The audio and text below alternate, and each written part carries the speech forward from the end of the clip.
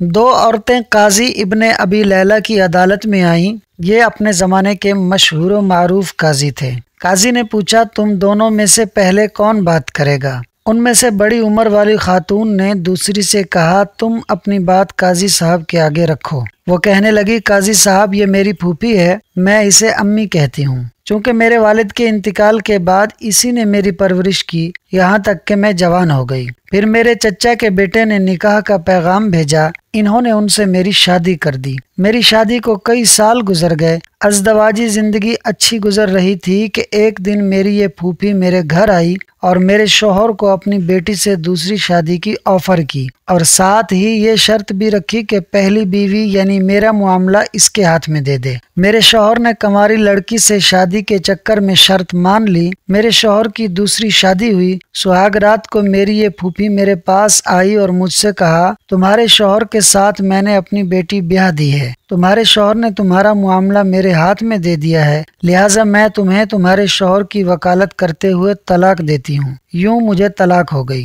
کچھ عرصے بعد میری اس پھوپھی کا شوہر سفر سے آیا۔ وہ ایک شاعر اور حسن پرست انسان تھا۔ میں بن سنور کر اس کے آگے بیٹھ گئی اور اس سے کہا، کیا آپ مجھ سے شادی کریں گے؟ اس کی خوشی کا کوئی ٹھکانہ نہ رہا، اس نے فوراً ہاں کر دی۔ میں نے اس کے سامنے یہ شرط رکھی کہ آپ اپنی پہلی بیوی یعنی میری اس پھوپھی کا معاملہ میرے ہاتھ میں دے دیں۔ اس نے ایسا ہی کیا۔ میں نے وکالت کا حق استعمال کرتے ہوئے اپنی اس پھوپھی کو طلاق دے ڈالی اور پھوپھی کے شوہر سے شادی کر لی۔ کچھ عرصے بعد میرے اس شاعر شوہر کا انتقال ہو گیا۔ میری یہ پھوپھی وراثت کا مطالبہ کرنے پہنچ گئی۔ میں نے اس سے کہا کہ میرے شوہر نے تمہیں اپنی زندگی میں طلاق دے دی تھی، اب وراثت میں تمہارا کوئی حصہ نہیں ہے۔ جھگڑا طول پکڑ گیا۔ اس دوران میری عدت بھی گزر گئی۔ ایک دن میری یہ پھوپھی اپنی بیٹی اور داماد یعنی میرے پہلے شوہر کو لے کر میرے گھر آئی اور وراثت کے جھگڑے میں میرے اسی سابق شوہر کو فیصلہ کرنے والا بنایا۔ اس نے مجھے کئی سالوں بعد دیکھا تھا۔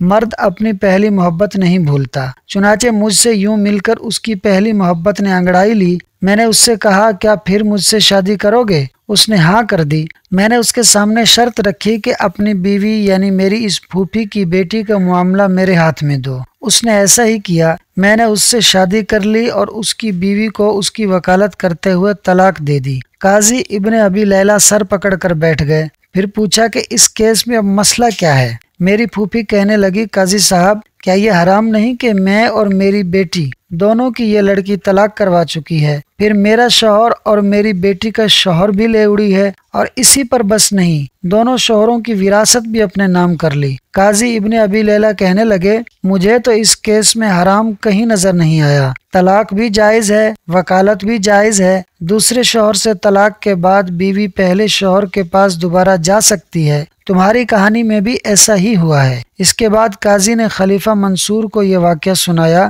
خلیفہ ہنس ہنس کر لوٹ پوٹ ہو گئے اور کہا کہ جو کوئی اپنے بھائی کے لیے گڑھا کھودے گا خود اس گڑھے میں گرے گا۔ یہ بڑھیا تو گڑھے کے بجائے گہرے سمندر میں گر گئی۔